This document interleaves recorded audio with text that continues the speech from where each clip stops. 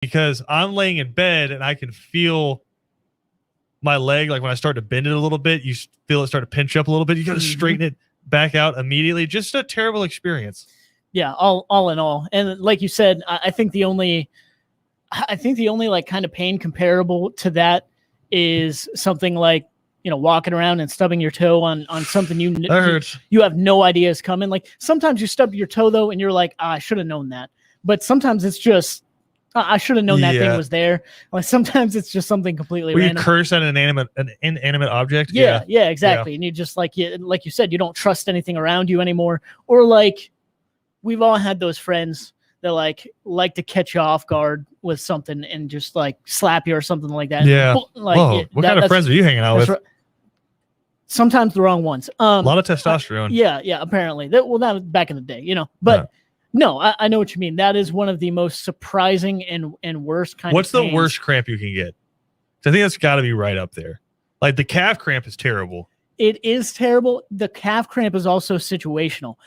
I had the strangest and most frightening experience of my gym life the other 2 or 3 weeks ago, and I was running on the treadmill, and like you get used to running on the treadmill and you're fine, but when you start, like if you're used to running outside practices, things like that, and then you switch to treadmill running, you're like, am I going to fall off of this thing if I'm not paying attention? Like, am I going to step on the side instead of the belt or something like that? Well, I never really thought about cramps and things like that on the treadmill either, but I'm sitting there running on the treadmill, almost to a mile, and my right like I can feel it getting tighter. My right calf cramps up, and immediately once I go to like try and catch myself, my left calf cramps up at the same time. So I'm like double calf cramp. Yeah, I'm like doing this like jump shimmy thing to like trying to take a step, but not really because you're cramping. You're like up. LeBron playing the Celtics. Yeah, and like I just like jumped to the side of the treadmill as fast as possible. That was one of the weirdest pains I've ever felt, no doubt. So calf cramps can be really, really bad in those situations. But again, I think the one you just talked about, the hamstring cramp, especially in the middle of the night, it, like you said, it's a blinding pain, but it also brings you into this, it puts you into like a shock factor. Mm-hmm. It makes you mad because you're sleeping, right? Where it gets me too is like getting out of my Jeep at the end of the day, like when I get home, and like I kind of have to you have to like pull the knee up a little bit to kick it out, and that it'll start going right there. I was like, oh no, and I have to like stretch my leg outside of my car. Oh, it's just stay hydrated, people. Yeah, absolutely. Do some stretching as much as you can. Like you said, you think 4 or 5 water bottles is enough to go through the day just to stay like normally hydrated. You probably need 9 or 10 with this Georgia heat. So just every 2 or 3 minutes, just take a swig. That's it. That's all you can do. If you're thirsty, drink water. Yeah. Don't. It's that simple. I get the sweet tea thing. I get the be careful, PJ. The Coca-Cola thing. Coming for you. I know, but like Kevin's gonna come in here. All I'm saying is I'm drinking coffee right now. See, you said sweet tea and he just appeared. There he is. I'm drinking coffee right now. You can do that. It's fine, but you have to offset it. Like every one of these, you got to drink like 2 bottles of water, or you're gonna be cramping up in the middle of the night and feeling that pain that you don't want to. It's a terrible feeling. But again, not quite as terrible a feeling as looking ahead at the second half of the Braves season, as Kevin comes in here, as you're talking about sweet tea and we're talking about the Braves. Yeah, he's like, wait, what? Hold on. Let's take people behind the show. Every day Kevin comes in like a crab with 2 claws out, clicking back and forth, looking for his show rundown while we're on the show. It's in the printer, Kevin. If we're going to start talking about it, there's an extra one in the printer now, but the original one's on your desk. Like I put it there. I was being nice. No, he wants it physically handed to him every day. I know. I was being nice. I handed it out to everyone today, and I'm like not even trying to give credit to myself. I put it on Kevin's desk. Where does he not look? On his desk. On his desk. No, he wants it physically handed to him like some sort of sultan every single day. Can't blame him, man. Like I said, he walks in like a crab.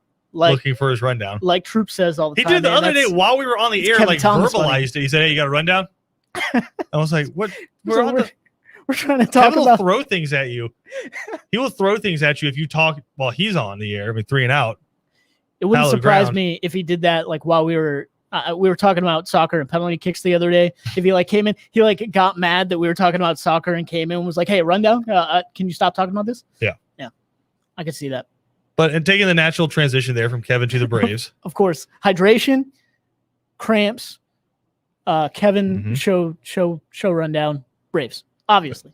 But now we've had some time to sort of absorb the first half of the Braves season, 44 and 45. Yeah. 4 games back of the Mets.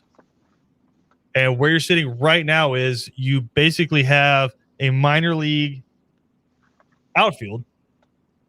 I'll say, even that's being generous, you have Arcia playing left field right now, and he's like a light hitting backup shortstop for the Brewers, is what your outfield's looking like right now. Right. And no rumors of deals being made from the Atlanta Braves. I mean, I guess the one piece of positive you had coming out of this week is Freddie Freeman reasserting that he wants to stay with the Braves. And I think we are reading a little bit too much into that, where it's saying like, oh, is Freddie Freeman going to walk at the end of the year? Do the Braves need to go ahead and try to trade Freddie Freeman? I think it's a non-story. I think the Braves are going to end up extending Freddie Freeman at the end of the season. But as I'm looking at the rest of this year, right, because you have a whole another half of a season to play, and you're only 4 games out, do you think the all-star combination of Ozzie Albies and Freddie Freeman with Austin Riley, who's been good this year, Dansby Swanson seems to be rounding into form a little bit. You don't know who your catcher is going to be between Smith, Lucroy, and Contreras. Yeah. But the outfield, I think, is what really scares people. Yeah. So do you feel like when we're sitting here 10 days from now that we're talking about the Braves still in contention, or are they fire selling? I think it all depends on how that 10 days goes. And thanks, PJ. Well, sorry. I asked you, I need a declarative. I think in 10 days, I honestly think in 10 days, we're still talking about the Braves going for the playoffs, not fire sailing, not going crazy and trying to trade away everyone that they have or anything like that. I really am confident in the other guys. Like, I know how much Acuna was doing, and there's no doubt about that. But I'm confident in the progress we've seen over the past couple weeks from the other guys. And like you said, the catcher situation intimidates me. The outfield situation intimidates me. But if those guys that you talked about, Dansby Swanson, Austin Riley, can keep rounding into form, the pitching rotation can keep getting better, as it's been really solid over the past few weeks. Of course, the bullpen is what it is at this point. So if those guys can step up and support Albies and Freeman in a solid way and keep this momentum going, then I think we're in a pretty good spot. Yeah. You know, I don't think we're in as bad of a spot as we thought we might have been 3 or 4 weeks ago. Defensively, not or terrible. When Acuna got hurt. Yeah, defensively, not terrible. And I think when we come back, what you're going to see is Almonte, Freeman, Albies, Riley is probably what it's going to end up looking like with Swanson after that, and then just figure out with the other 2 outfielders and a catcher. But Ben Anderson chiming in on the chat, he says, I think you can buy and sell at the same time. Who are you selling? Yeah. Because that's my question is like, so, we'll sell Charlie Morton. You're not selling your best pitcher if you're quote unquote going for it. Yeah, exactly. Exactly. Yeah. And the only people that kind of have value right now to you are so important to the team that it's really not what will you be getting? Will it be a better trade-off for you than what you already have? I'm not sure. You know? And really what you're going to have to start looking at too is it worth it to try to start bringing up some of these top prospects like a Drew Waters that you have, or are you wanting to wait? Is it not worth it to rush them up for the end of the year? Or if you do that, much like we saw with Ronald Acuna and Ozzie Albies when we first saw them with the Braves, is you wait until it doesn't count against them. So, i.e. the last 40 or so games of the regular season, you wait until it doesn't count against that contract. Then you bring them up. Maybe the Braves try to hold out until then. I think if I can pick one thing for you to go out and get, and if you don't have to give up too much for it, because I don't think you mortgage the rest of your franchise and your farm system for a season that just seems like you're cursed, right? Yeah. It isn't in the cards for you that year. I still think if you want to take a shot, but don't leverage your farm system for it. But if you can go get a couple of veteran outfielders, I think it's worth it, especially for guys who maybe they're not in the cards with your team going forward, right? If you can move some pieces like that, I think you absolutely do it. I don't think it's time to start fire selling yet. That being said, you have the Rays and the Padres coming up in back-to-back series starting on Friday. Yeah. And so Cam's with us here now. Cam, if all of a sudden you go 2-4 through those games and you're 8-9 games out of first place in the NL East, maybe it's a different story. It probably is a different story, but I've never heard a team, like you said, sell their team, like just trade their team. They're 4 games behind first place. If you're in contention, you contend. You go all in on it and just see how the season goes. I mean, it's a lot of baseball to still be played. Just one guy shouldn't determine your team, but we'll have to see. Braves been inconsistent this year. Hopefully they can turn it around. Go 3-3 in this stretch. That's a W right there. It feels like, to use a BJ Bennett word, it feels like you're at a precipice, right? You're at a fork in the road. You're going to have to make a decision at some point. Luckily, not yet. July 30th is when you have to have those decisions in. And so luckily you have a little bit of a sample size in the second half of the season to start making some decisions. But it's getting down to it for the Braves, whether or not you just tuck it in for this season and say, hey, we're going to play with what we got. Some people writing in, and to their points, you don't want to get to the end of the season and be stuck with some contracts with the guys you don't want, and you had a losing season. I think that's just kind of the risk you run if you decide to go for it. Yeah. But again, I think luckily for the Braves, those first 2 series are going to be really good indicators for you. Yeah, absolutely. Yeah. My fault. They're going to be, measuring stick type of series, no doubt about it. But the one thing I do like that I've seen so far, and if you're someone who likes knee-jerk reactions and things like that, I'm probably not your person to talk to. But like that's one thing sure. Are the Braves coming up on a precipice where they're going to have to make a decision and move or not? Yes, absolutely. But don't put yourself on that precipice too early. You know what I mean? Like, I'm happy we haven't seen any knee-jerk reactions, knee-jerk moves right when the injury happened or anything like that. They're giving themselves time to feel it out, weigh their options. And then when they get to the precipice, which they're close to, but not, I don't think quite there, then you make that decision. The one group, if you need to start making some trades and moving some guys from the farm system because you feel like you need to go get outfield bat, the one group I'm not touching is pitchers, because I feel like it's a really volatile position for you if you're the Atlanta Braves, right? The beginning of the year, you're like, listen, Mike Soroka's coming back from an Achilles, but it looks like that's going well. Max Fried seems to be your frontline starter going forward. Ian Anderson has been out of his mind good, and he's still going to be good going that way. Huascar Ynoa is coming to his own. Well, let's recap some of those guys. Max Fried has been a shell of himself. Ian Anderson might have to go on the IL coming up for a shoulder injury. Yep. And we don't know if Mike Soroka is ever going to be able to play baseball again. Right. And so if anything, I'm doing the opposite if I'm the Braves with pitchers. I'm stockpiling pitchers in that farm system because it sounds like you're going to need them looking forward, and you're not going to have Charlie Morton and Drew Smyly forever.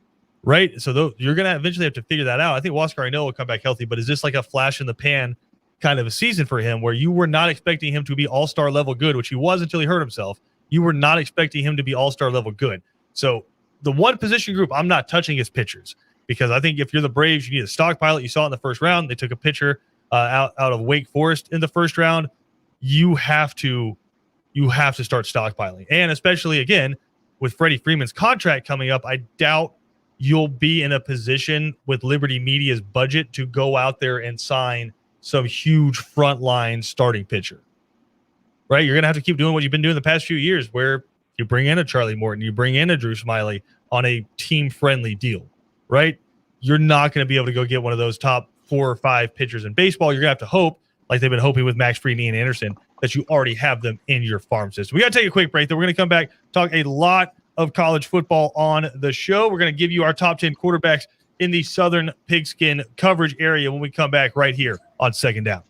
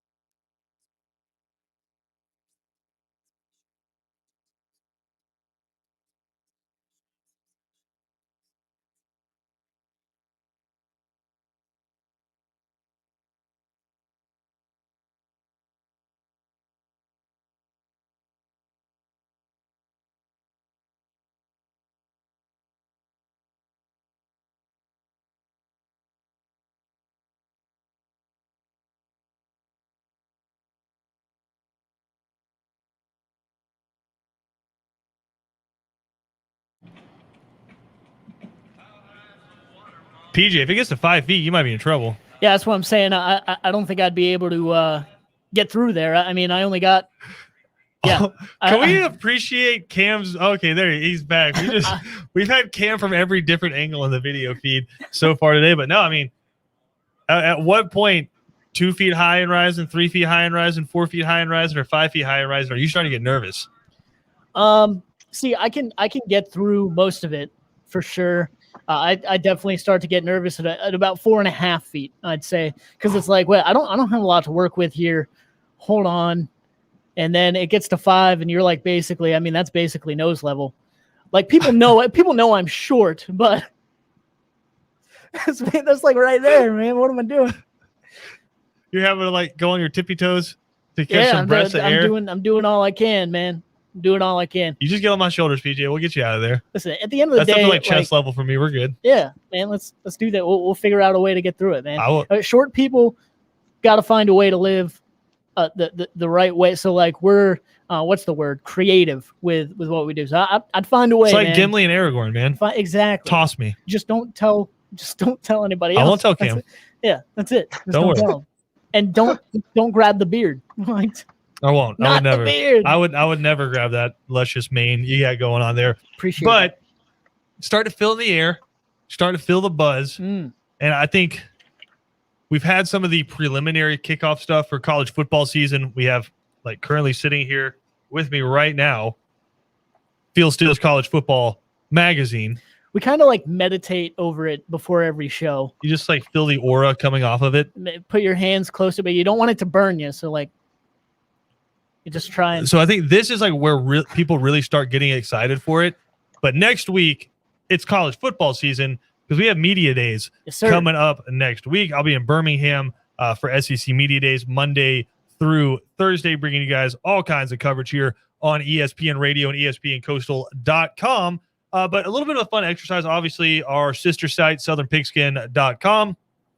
They cover the ACC, SEC, Sun Belt, and SoCon. But sticking with the FBS here, we're putting a story together for our top 10 quarterbacks from the SEC, ACC, and Sun Belt. And we did kind of a combined list that we're going to aggregate coming up. Cam, I know we kind of put you on the spot because we didn't know if you're going to be on the show today or not. But what we're going to have you do is just kind of react to PJ and my lists here coming up. But PJ, I'm gonna let you go first. And I think we go 1 through 10.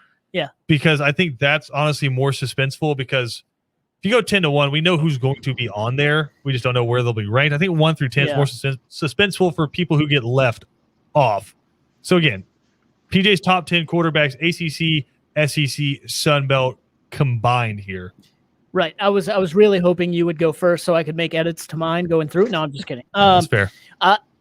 The top spot was we'll do your list and then we'll do the right list. I'm fine with that. No, the top spot was somewhat combatant with me, just going back and forth between these two guys.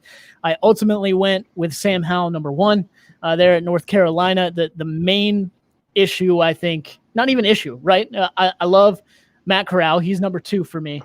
Love Matt Corral, love his aggressiveness, obviously the system he plays in. A bit of a gunslinger, but at the end of the day, that gets you in trouble, right? So 14 interceptions last year, 5 in one game there against LSU. And while I love his style of play, it's exciting, and I think he's going to have an amazing year this year. I went with Sam Howell, number 1 there, because not only is his ability and his athleticism top tier, but it's also very consistent. Yeah, extremely consistent with him and very efficient. Only 7 interceptions in both of the last 2 years, so 14 overall and 30-plus touchdowns both of those years as well. So I think both of them are due for a big year. I think if you went just based on production, of course, Matt Corral is going to have a better year in, I think, wins and with stats, but I think Sam Howell is the better and more consistent quarterback. So number 3, I went with JT Daniels. Georgia fans get the hype up, I think. JT Daniels, a very solid quarterback, was waiting so long to see him last year. And I know there's things here and there that he can improve on, but another year in the system there at Georgia as well. I think he's getting ready for big things. And another guy that's very efficient, 2 interceptions during his time there, starting for the Bulldogs last year. I think he's set for a really good year. Number 4, I have D'Eriq King out of Miami. Really, obviously, he's I think getting ready for a 6th year in college football, and explosive kind of guy, somewhat very consistent, very efficient there as well, and can obviously get it done with his legs too. Number 5, I went back and forth on this one. I went with Grayson McCall out of Coastal Carolina. I think just extremely impressive with what he was able to do last year. And if he can improve on that, imagine how good he's going to be. 68.8 completion percentage, only 3 picks on the year. So give me Grayson McCall. My number 6, a guy we saw a glimpse of last year, DJ Uiagalelei. Uiagalelei. There you go. Uiagalelei. Okay, yeah.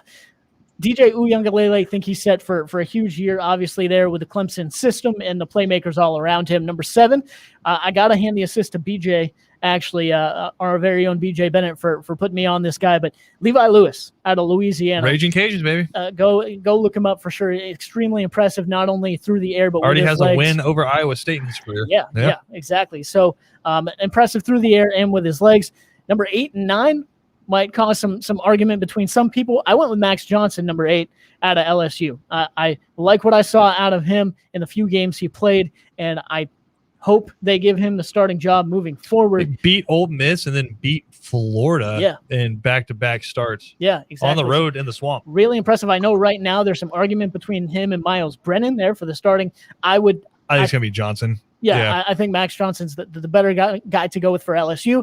Number 9, we're going with Bryce Young out of Alabama. I haven't seen him a ton either, but with all the talent he has. Just kind of basing it off the previous quarterbacks, right? You're like, it's going to keep being amazing. Yeah, for sure. And number 10, I was going back and forth between Bo Nix and Emory Jones. I went with Emory Jones. Bo Nix just too inconsistent for me. And he's kind of into a prove-it year right now for me. So give me Emory Jones right now, probably 2 weeks into the season.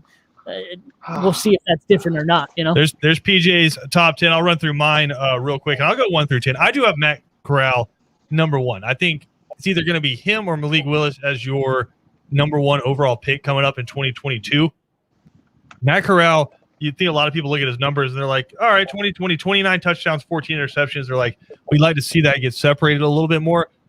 He had 11 interceptions in 2 games. Yeah.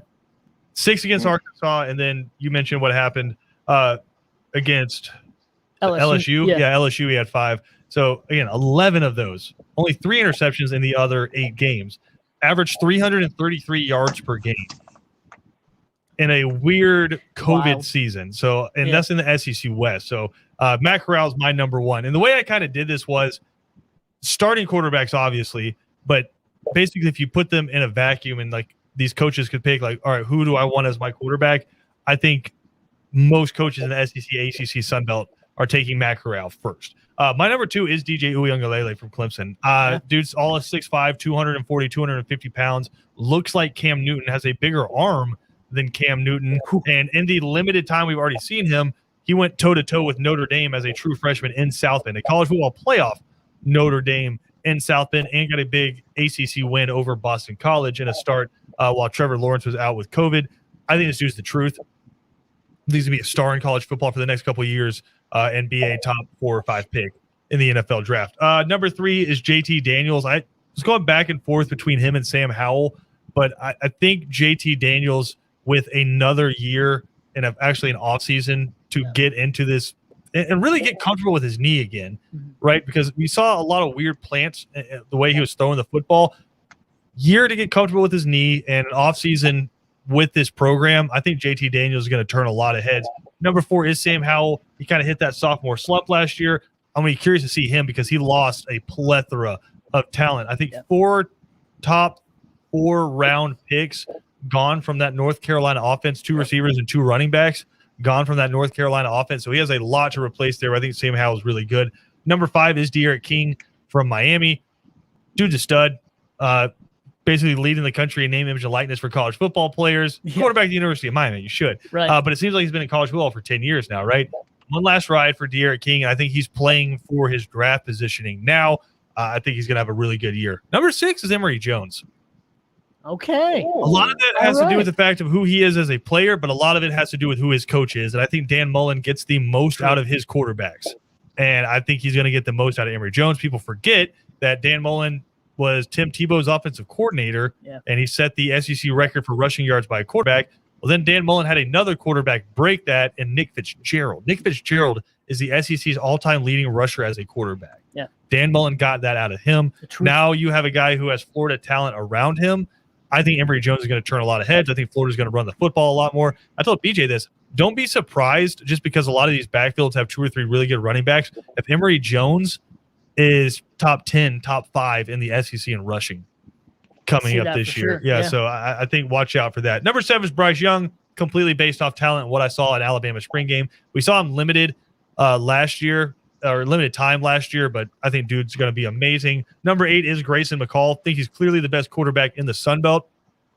Went head-to-head with the number 2 overall pick, Zach Wilson, and beat him.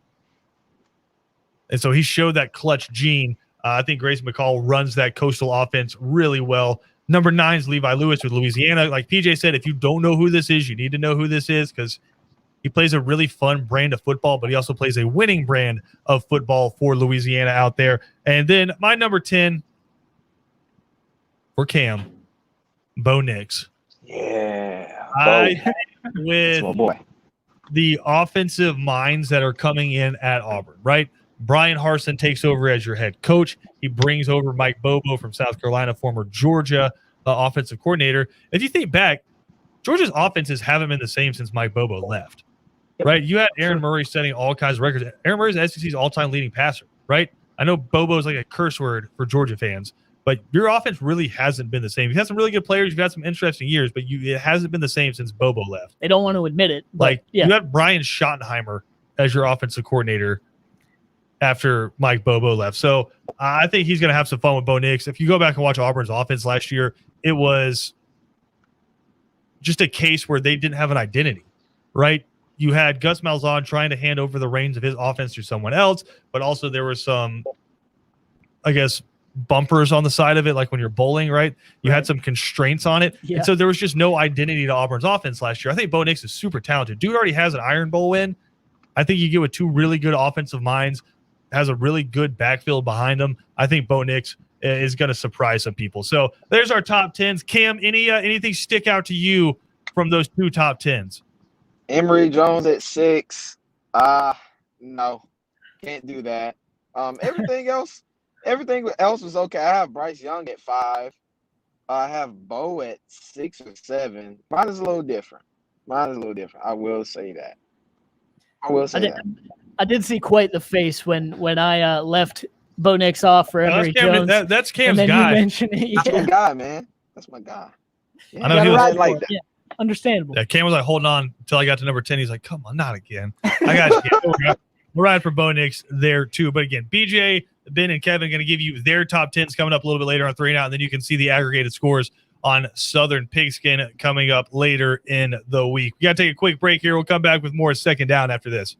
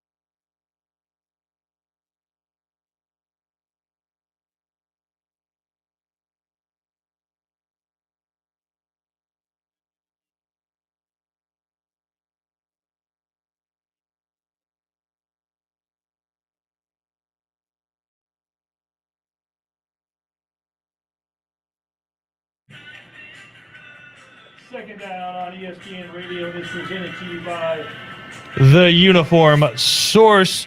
PJ Zuko, Christian Gokel, and Cam Ursery. Glad you are hanging out with us here on this Wednesday afternoon. Guys, ESPN.com put out their rankings for the top wide receivers in the NFL.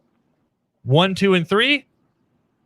Davante Adams, DeAndre Hopkins, and Stephon Diggs. 1, 2, 3. And again, ESPN interviewing over 50 coaches and executives throughout the NFL. Cam is already shaking his head. Cam, just egregious, no? How do you leave? I don't care if he was. How do you leave Julio Jones off any top 3 list? Come on, man. Come on. He's produced too much. Even last year, he brought a lot of production to the table. I think over 800 yards in 8 games or 9 games. I don't get it, but you have to prove him wrong again this year. I do not get it. I do not get it. Wow. Hey, PJ. Pretty much a similar reaction. That's why, like, when you mentioned that when you were going through the list, I was just kind of smiling and laughing because, like, Cam's reaction was the exact same as mine when I looked it up and looked at everything. It's kind of laughable. I don't know. Like, I know that those other guys can produce. Stephon Diggs is becoming a better and better wide receiver every single year, showing out there for the Bills and doing great things. But no, I pretty much have the same sentiment as Cam in that respect, and certainly have them in a different order in my head as well. And Julio Jones ranked 5th behind Tyreek Hill on this one. I think Davante Adams, though, I think it might surprise a lot of people that he's number 1, but you shouldn't be surprised. I think what he does so well, and obviously you play with Aaron Rodgers, right? So you're going to have good numbers, but I think what he does so well and why kind of quietly, I guess, he's become the number 1 wide receiver in the NFL. He scores touchdowns. Like, dude's a monster at getting into the end zone. I think that's probably the biggest reason why, right? And 3 seasons of at least 10 touchdowns in his career. Yeah. That's nuts. It's a monster. And like, it might make people like shake their heads a little bit and we're like, yeah, of course. But no, I mean, there are some really good wide receivers who, for whatever reason in the red zone, they can't seem to find any open space, or, they hit the big plays, but they're never able to get quite in there. I mean, he does a great job of, and Davante Adams Julio's entire career. Right. Yeah. I wasn't going to name any names, but no, it's okay to name names. That's what we're here to do. But like, Davante Adams is really, really good at everything. He can be a very solid, like, short route runner, possession type wide receiver, or he can make the big play down the sideline as well. So he's one of these guys. He's a complete wide receiver. Of course, as you said, having Aaron Rodgers makes it a little bit easier, but he's probably the most complete wide receiver, I think, in the NFL. Probably a lot of it easier. But Cam, my favorite quote for this entire story is about Julio Jones. It's from an anonymous AFC executive who says, "This is not an AJ Green situation where the play clearly declined. Quote, he's still that dude." Like, people recognize him. They call him a unicorn, right? Because he's just a physical freak that we haven't really seen before. Like him and Calvin Johnson kind of in that same mold, right? Yeah. We haven't seen that before. If he's healthy, and again, you guys heard me rail against people calling him injury prone. When you look at the fact that I think over the past, or before the last year, over the past 6 seasons, only 1 NFL receiver had played more games than him. Right. And it was DeAndre Hopkins. Julio Jones, as this AFC exec said, Cam, he's still that dude.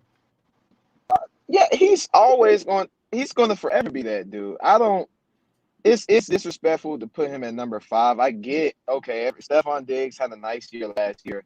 Davante Adams been doing this thing with Aaron Rodgers. Everybody does their thing with Aaron Rodgers. Look how good Jordy Nelson was with Aaron Rodgers. DeAndre Hopkins, that's an argument. Okay, that's a valid argument. I still take Julio. Yeah, they'd probably be 1-2 in my mind. Yeah, that's the only guy I give a valid argument because he's done it consistently. But I mean, we're talking about a guy his whole career, Julio. He's being double team, triple team, and still produces. Breaking records. I mean, he's still that dude. He's going to prove it this year. Like I said, I have Tennessee, the second best team in the AFC, behind Kansas City. I think they'll make the AFC Championship and possibly the Super Bowl. Julio's going to have a big year. He sees the disrespect. He's going to have a huge year. He's going to see a lot of single coverage. I know that because you have A.J. Brown, Derrick Henry on that offense as well. And it's pretty good tight ends. as well for Tennessee. He's going to see more single coverage, I think, this year than he's ever seen in his career. So don't be surprised, Atlanta fans, if you watch Julio Jones have just another monster season. But for the Tennessee Titans, but it's okay. They're in the AFC. You can still pull for Julio, except for one game a year. Just see him in the Super Bowl, right? Yeah, that's what you're hoping. Yeah, that's what that might be a fever dream more than realistic expectation. But it is what it is. We got to take a quick break, though. We'll come back. Final segment of Second Down next.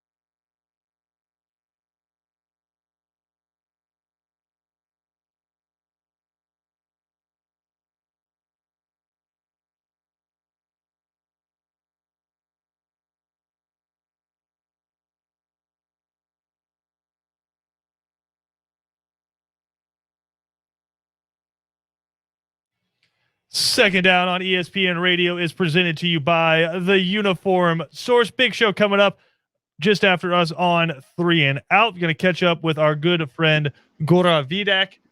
Talk a little Braves baseball with him. Braves wrapping up their draft and getting ready for the second half of the season. All that coming up next on 3 and Out. Also going to catch up with Bobby Lamb, taking over as the head man for the brand new football program at Anderson University in South Carolina.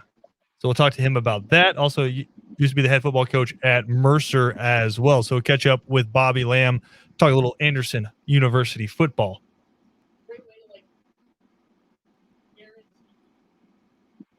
Mike, that's like a great way to like guarantee that you're going to have like a statue or something built for you, right? Just keep going to universities and starting football programs. Like first win. Is that our why first you think, head football coach. Is that why you think Bobby Lamb's doing this? No, for a statue? No, I think you're onto something. Not at all. I'm going to ask him I'm not that. accusing him of that at all. No, I'm just saying. Let's ask him that. That's just a great way to get that done. Are you statue hunting? At least a painting, right? Or say if you don't get a statue, because I could be wrong, but I think he was the first football coach at Mercer, or like the guy who revived the football program at Mercer. Right.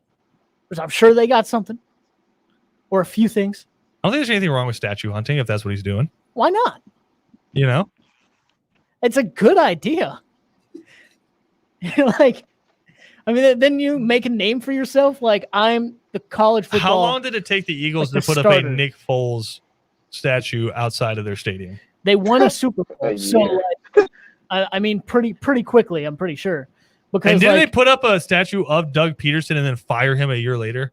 That's the Philly way to do things. And then they let go of Nick Foles like a year or two. Statues. That's just the right thing to do if you're a Philly. Philadelphia does love statues, though. They threw snowballs at Santa. Snowballs like packed with rocks and batteries, right? They have a statue, and I'm gonna get hate for this. They have a statue of a fake athlete. Of a fake guy. Yeah, fake so athlete. Like, I'm with you on that. Yeah, I mean, you built a statue of an idea. Even if you win fake championships for Philly, a fictional character, they're going to be so happy that they're going to build a statue. I mean, just because Philadelphia doesn't have enough of their own sports legends. Yeah, kind of like Pittsburgh, you got to get multiple, but I really didn't want to turn this into this segment. But. Well, you did. Today, quickly, guys, 30 seconds. Also, National Macaroni and Cheese Day. Woo! Yeah. So quickly here. Some mac and cheese. What is the one no when it comes to macaroni and cheese for you? Oh no. Too creamy. Yeah, too creamy. If it's homemade and it doesn't have like the crumbs on top, like, you know what I'm saying? Like what's it called? Like the crust. I know what you're talking about. Crusty. But some people do put like crumbles on top of it. Yeah, crumbles. Yeah. If you don't have that and it's homemade, that's a problem. I think it's a problem if you do have that really on there. Yeah, no. The only thing that should be crunchy on the top is that top layer of cheese where you put it in and the oven and you turn the oven from bake to broil and you just cook that top layer of cheese and it gets crunchy on the sides of the pan. No, but you're talking about like the crumbles, the actual like breadcrumbs on it. Either way. Yeah, that's disgusting. PJ Zuko just showing you what his true colors are. Luckily, 3 and Out's coming up next, so we don't have to hear any more of that Philadelphia conspiracy theory. 3 and Out up next.